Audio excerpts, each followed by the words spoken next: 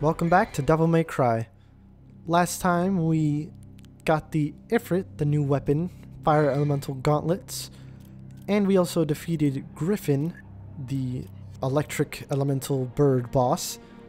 And right now I'm gonna buy Magma Drive. It's a fiery uppercut move. You hold away from the enemy and press the attack button while locked on, and you can charge it up. Unlike Kick 13, which actually you can't charge. So Kick 13 and the dive kick in the air you can't charge, but the normal combo on the ground and the uppercut you actually can. And the uppercut does a really good amount of damage. So if you're able to get a fully charged one off, then the enemy's probably gonna die. Also, something that happened last time that I didn't bring any attention to, which I really should have, was a pretty infamous line in this game. When you first face off of Griffin, Dante says, "Flock off, bird brain," which is such a great line. Like that's the Devil May Cry cheesiness right there. As for right now, I'm gonna kill all these enemies because of the puzzle in this section. There's a a shining orb, I guess I could call it, in front of that tombstone. I'm just messing up all my words today. And we need to follow that glowing orb in order to get to the end of this maze here. The orb will go toward the nearest enemy and go inside of it. You need to defeat that enemy in order to get the orb out. But once it is out, it'll either go to another enemy or it will head toward the exit. And once it's headed toward the exit, then you can follow it toward that exit and proceed on in this misty valley area.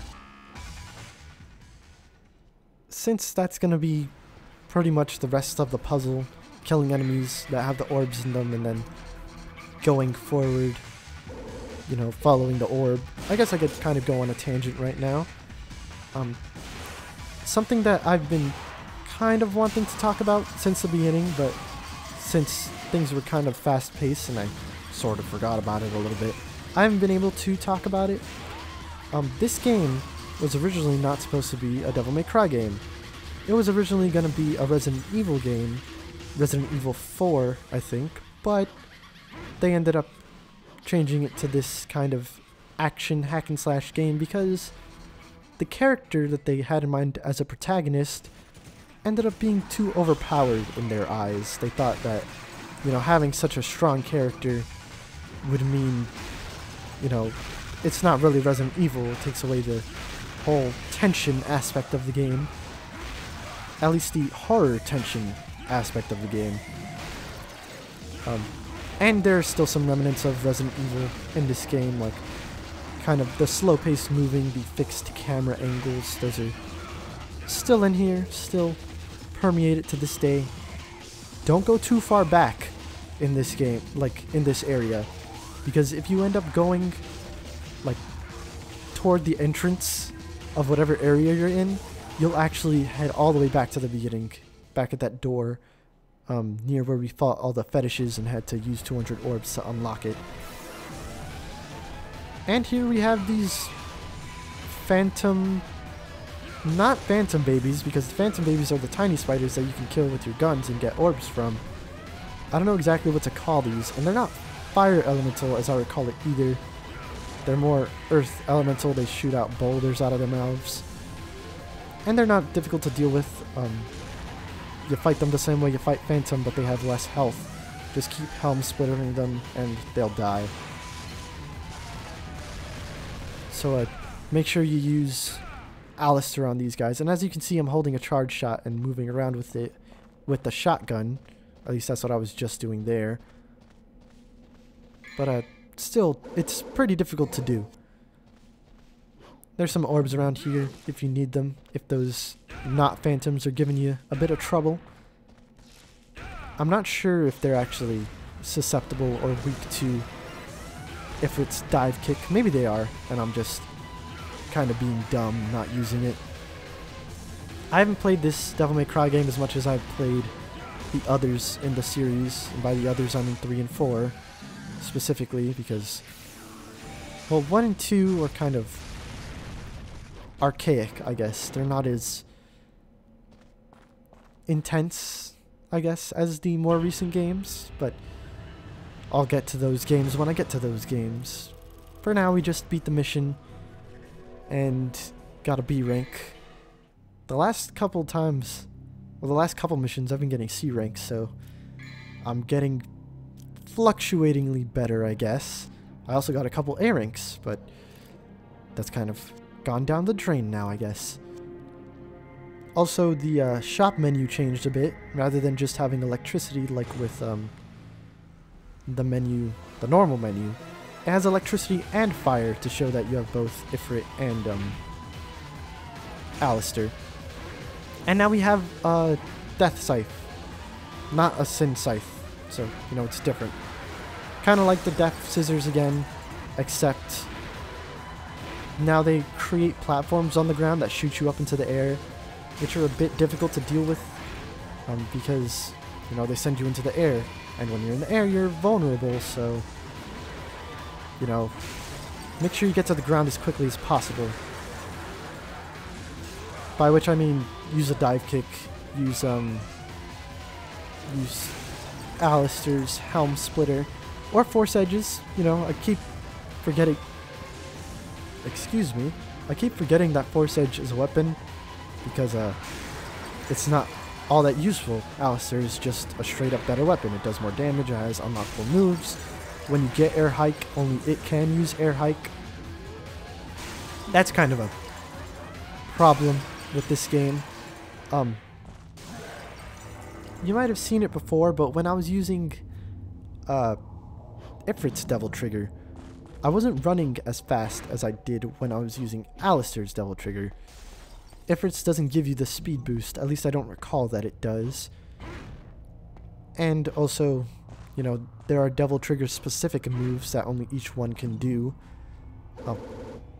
They're all buyable, and Ifrit's is that if you, I think it's in midair, hold the attack button, you can perform a shockwave on the ground that does really good damage, and on the ground you can send out a fireball, kind of like how Nelo Angelo could in his boss fight. So that's pretty cool, although I don't really use either of those moves very much. I just don't use Devil Trigger moves very much, except Kick 13. Kick 13 I think is cool. But now that we've kind of gotten everything around here, there's an underground area that we can go to that I'm not going to be going to just yet because there's this floating platform over here that once we jump on it, we activate it, and we can get some extra red orbs thanks to it. Maybe not all of them, because you actually have to jump off in order to grab the red orbs. I guess now it's time for another tangent to go on. Oh, here's one. The Devil May Cry sign at Dante's store. It has Trish on it. At least someone that looks like Trish. There was that picture of someone that looked like Trish, like on Dante's floor and on Dante's desk earlier in the first cutscene. But at the very beginning of the game, I also wanted to talk about this earlier, you see Trish become the girl on the Devil May Cry symbol, you know, the symbol of Dante's shop, but Dante hadn't met her at that point, so it's just kind of weird. We need to break through this wall so we can find and defeat more demons around here. And constantly use the grenade gun, which I'm not sure if fire elemental grenade gun does more damage than electric elemental grenade gun, like when you're double triggered or whatever. I guess it's specific for the enemy, and if there's an enemy that isn't susceptible to elemental weaknesses, then, you know, a charge shot just does in general more damage or something like that. Either way, on the other side of this area, we saw a blue orb fragment. Here instead we see a brain, the sign of chastity, another puzzle item. We just need to bring it somewhere and then we'll be able to exit. Of course, the enemies decide to respawn, so I need to get my grenade gun back out and continuously shoot them. Be careful around the exits of this area though, because if you're standing too close to them and do a jump to cancel out the end lag of the grenade gun, then you're probably going to be jumping out of this area and resetting the enemies again, which may be a good thing because these enemies are actually pretty good for farming off of, like getting a lot of red orbs. So if you want to farm, you can farm here. But I kind of want to keep the pace up, and I don't even want to buy all of the upgrades or many items in this game. So I'm just going to be continuing forward. And in this room, we actually need a pair of items that we're going to be getting in this room. Well, the second item we're going to be getting. Over here, there's this little podium things that needs a chalice. But we don't have a chalice right now. And I do not want to do those special jumps, those stinger jumps off of these edges. I just want to jump down. So a straight jump to a dive kick would do the trick. And there's the thing up there, the thing that we need to put the sign of chastity into. I don't know why it's a brain. It just kind of is. It's weird like that. I don't know. And oddly, like, a brain preserved with certain, like, chemical things, I guess. Not magic. That's something about the Devil May Cry series that's pretty special as well. It's a hack and slash that has magical stuff, but takes place in the modern world. Like, you wouldn't think of demons and stuff, at least, I guess around the time this game came out. You wouldn't think of demons and such being at the same time as something like guns, you know? It's kind of odd. Anyway, we got Nelo Angelo again to fight, and he fights very much the same way as he did previously. Honestly, really easily beaten again. Still taunts you. Still susceptible to attacks from behind. So has a lot of the same attacks as well. Although he does add a couple things to his repertoire. Now that we have... Excuse me. Now that we have the punchy kicky weapon, he'll actually start punching and kicking in his normal moves as well. He did show off some punches and kicks in the cutscene after he defeated Dante in the first boss fight, even though we took down the entirety of his health bar. But now he actually uses them in the middle of his fight. While he's blocking, kick 13 is a pretty good move to use to attack him. He also has an actual stinger attack instead of just having a lunging swing attack. He'll actually do a lunging stab attack, which comes out faster, so watch out for that. And my health honestly got a lot lower than it should have in this fight. Like, I let him get me into the orange. I'm not sure if I'd let him do that in the last fight. I think I might have. I don't know. Whatever, he's done. We actually beat him legit this time. He's not dead. He just kind of teleports away as he did previously in a burst of flames. Although the flames kind of explode outward this time rather than just escaping, which might make you think he's dead, but he's not. We're gonna fight him again, just as a little warning. Anyway, we get a ton of orbs from that, and the way to the exits are blocked off. I'm just gonna grab this green orb here and regain my health. Yeah, the previous exits are blocked off. We can't get into the room where we fought that death scissors.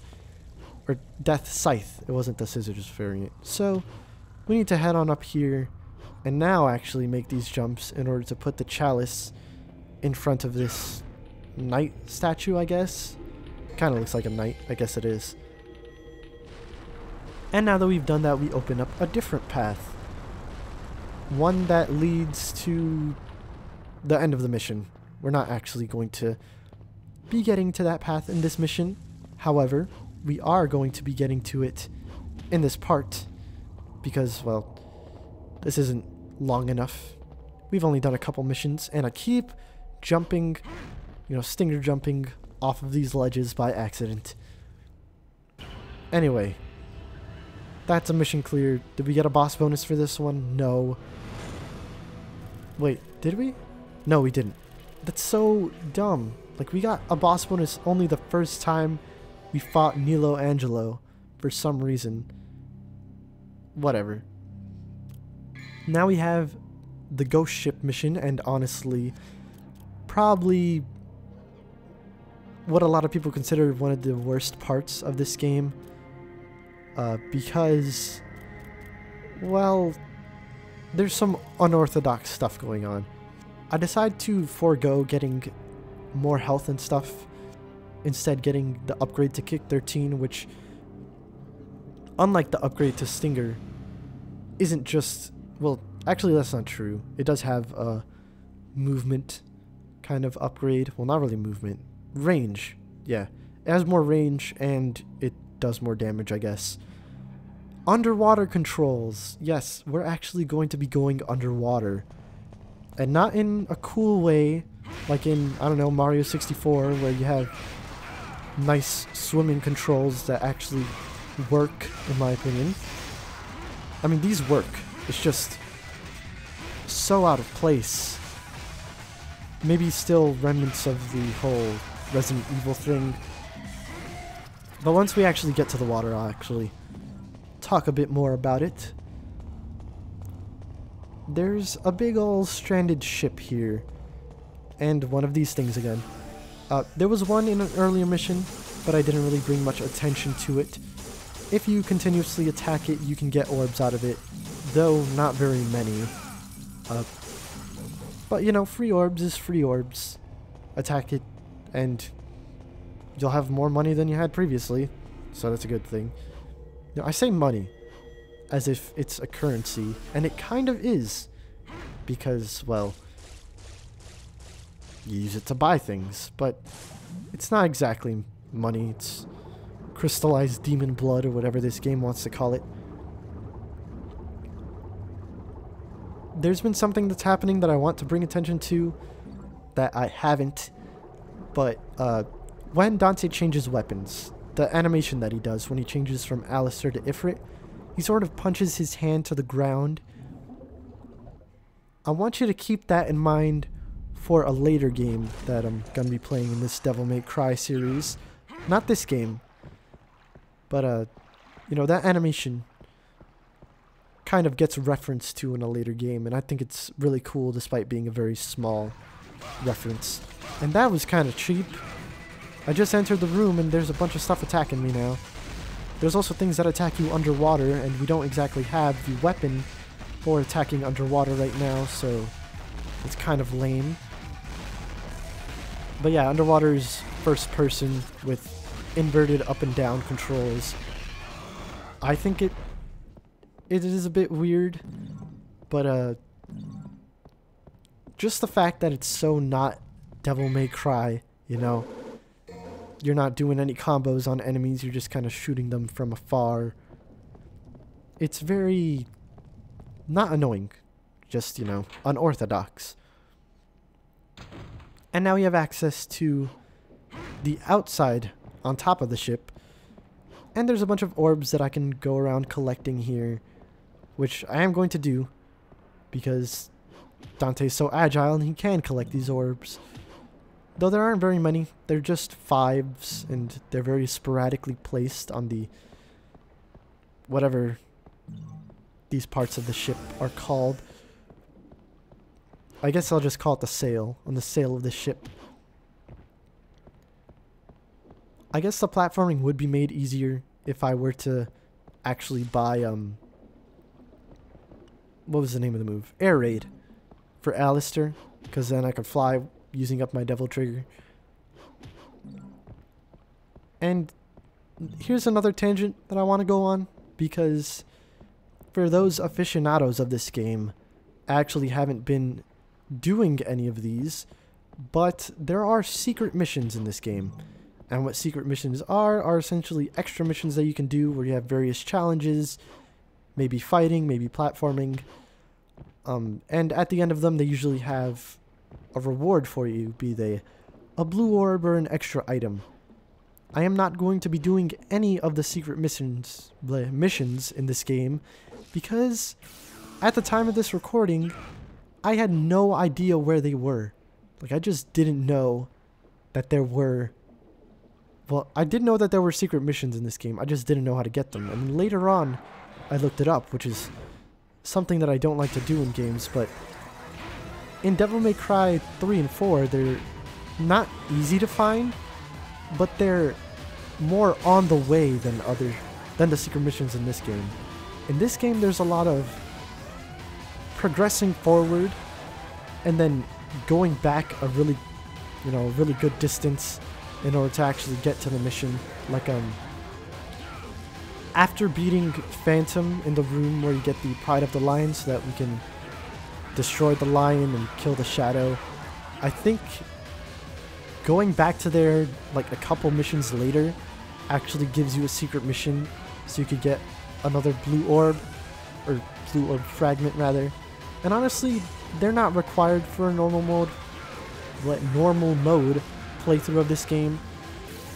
I only find that the extra blue orb fragments are really truly helpful in hard mode. Otherwise, I think with the amount of health you have, just finding the ones that are scattered around and buying them, then that there's enough in the game.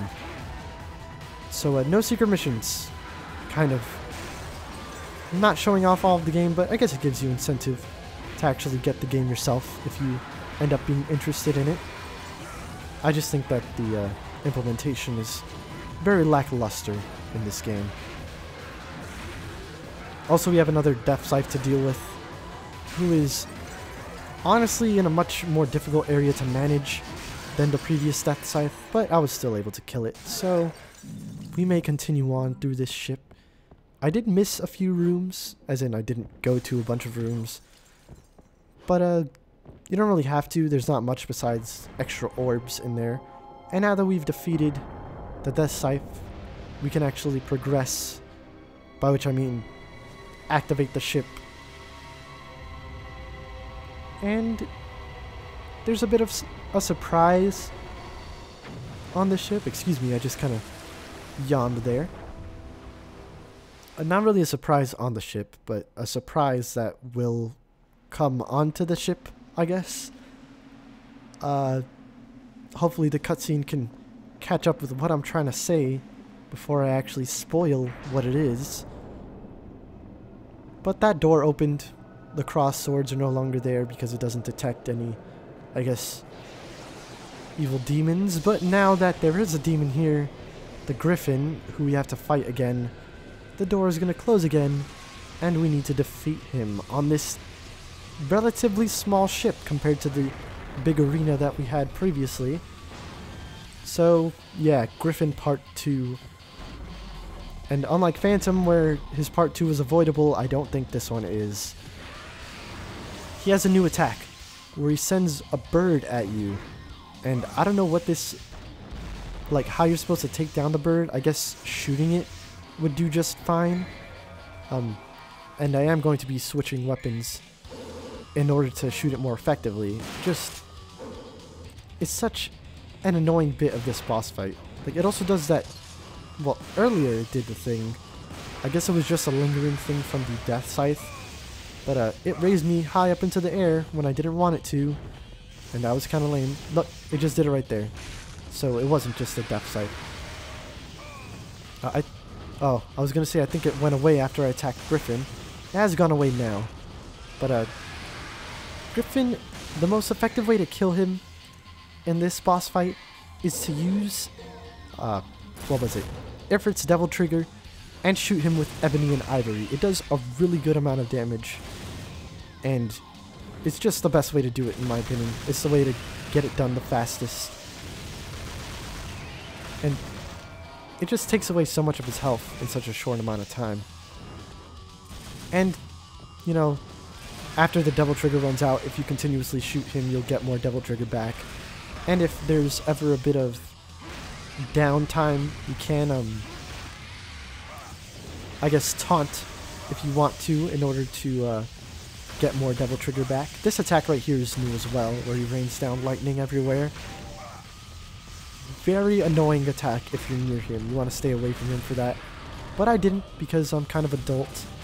So instead I just stood near him and took the brunt of the attack. And now that he's right next to me, I could just do massive damage using Ebony and Ivory with the Devil Trigger on. And I got a stylish because of it. Even though you don't really get stylish with the guns in this game, but I just did there. And just giving him the last few shots, we finally got one of the S rank trophies. There's one for Alistair and one for Ifrit. I did get an S rank with Force Edge before, but that doesn't count. We got Hot as Hell for defeating... Well, not defeating, getting S rank with Ifrit, and I think we'll get another trophy for defeating Griffin just here, just like last time we did. But that's the end of this part. Next time we'll see where this ship takes us.